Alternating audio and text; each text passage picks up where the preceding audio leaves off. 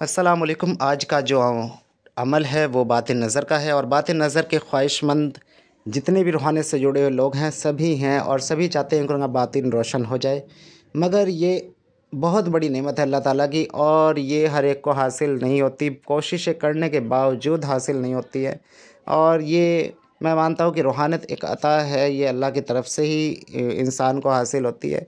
कोशिशें भी बहुत बार हमारी जो है रखी रह जाती है, तो आप कोशिश करें, रब को खुश करें, तो इंशाअल्लाह वो आपकी ये मुराद ज़रूर पूरी करेगा। लेकिन अल्लाह ने और जो है उसके नेक बंदों के ज़रिए से हम तक कुछ अमाल पहुँचाए हैं, जिनके ज़रिए से हम कोशिशें करते हैं कि हमारा मुक़द्दर चमक उठे, खुल जाए और हम भी रूहानियत से कुछ जो है हिस्सा हासिल कर सकें और अपने आप को रूहानियत में आगे बढ़ा सकें और कुछ मकाम हासिल कर सकें। मकाम ना हासिल करे तो कम से कम जो है उससे कुछ फ़ायदा उठा सके।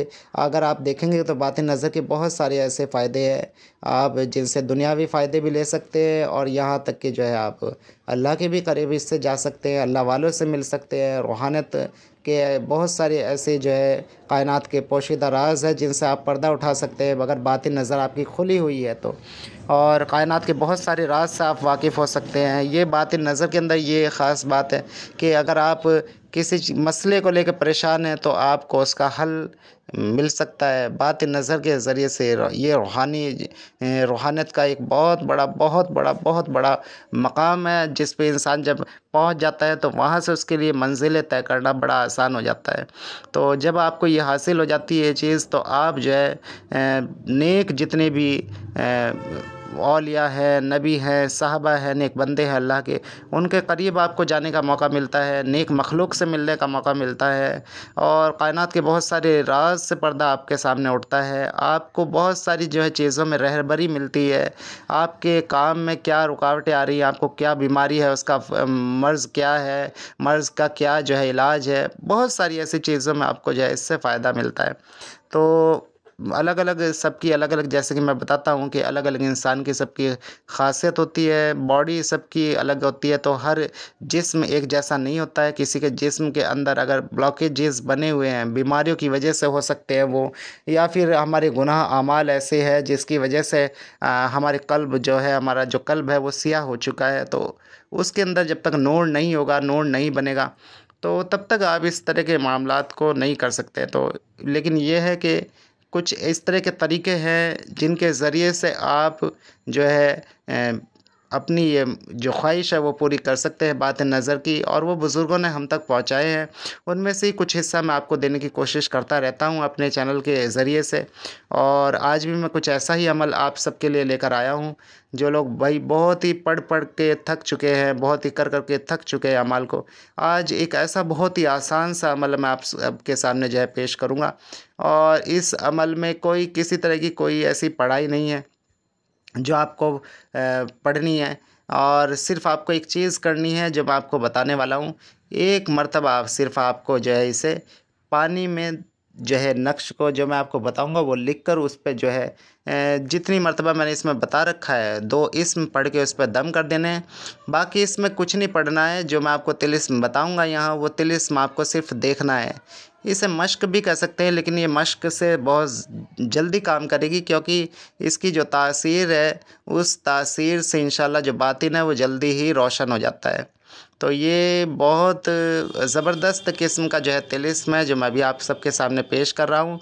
देखिए आपकी स्क्रीन पर ये आ गया है और इसे आपको लिख लेना है एक पेपर के ऊपर, और उसकी बत्ती बनाकर आपको इसे चिराग में रखना है। चमेली का तेल डालना है उस चिराग में और पाक साफ़ जगह आपको जला के इसे बैठना है। कि दिन जो आप मुंतखब करेंगे वो होगा, या तो आप जो है इसे पीर के रोज़ से शुरू करें या जुमेरात के रोज़ से जो है शुरू करें, नौचंदी जुमेरात हो, और 1116 मरतबा या बसीरु या नूरू आप एक तिलिस्म लिखकर उसके इर्द गिर्द या बसीरु या नूरू अलग अलग हर्फ में इसके चारों इर्द गिर्द लिख दें और इसे एक पानी की बोतल में डाल लें आप, और इसका पानी आप सुबह शाम दिन रात पीते रहें।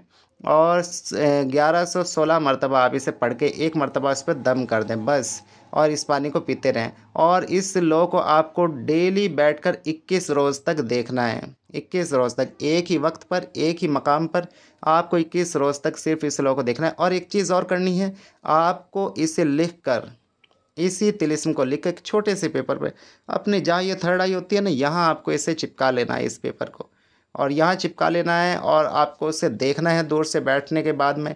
आप इसे पेन से मार्कर से लिख भी सकते हैं इसी तिलिस्म को सामने की तरफ, जहाँ दोनों भंवरी मिलती है ना, जहाँ थर्ड आई होती है, यहाँ आपको इसे लिखना है। और फिर आप जब इस अमल को कर लें तो आप करने के बाद में अपनी आंखें बंद कर लें और कुछ देर तक आप आंखें बंद करके अपने सामने जो जहाँ थर्ड आई होती है वहाँ ज़ोर दे के देखने की कोशिश करें। कुछ रोशनी, कुछ आपको दिखाई देता है, कुछ महसूस होता है, तो इस तरह से आपको करना है। और लौ के अंदर भी आपको देखते रहना है, पलक नहीं झपकानी है, कम से कम पलक झपकानी है, सीधे होकर बैठना है, कमर को मोड़ना बिल्कुल नहीं है। जब तक आपकी कमर सीधी नहीं रहेगी, आपके अंदर नूर जो है ट्रांसफ़र नहीं होगा, एनर्जी नहीं बनेगी, चक्रास में एनर्जी नहीं जाएगी, तो आपका बातिन रोशन बिल्कुल नहीं होगा, हरकत नहीं होगी जिस्म के अंदर।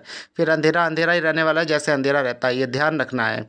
और फिर ये चीज़ ध्यान रखें, अगर मुसलमान है तो फॉलो करें तमाम नमाज को और जो है ज़िक्र को, और दरूद शरीफ इस्तग़फ़ार ज़रूर करते रहें। ये बहुत ज़रूरी है, एक रूहानियत के तलबगार को बहुत ज़रूरी है कि वो इन चीज़ों को पकड़ के रखे।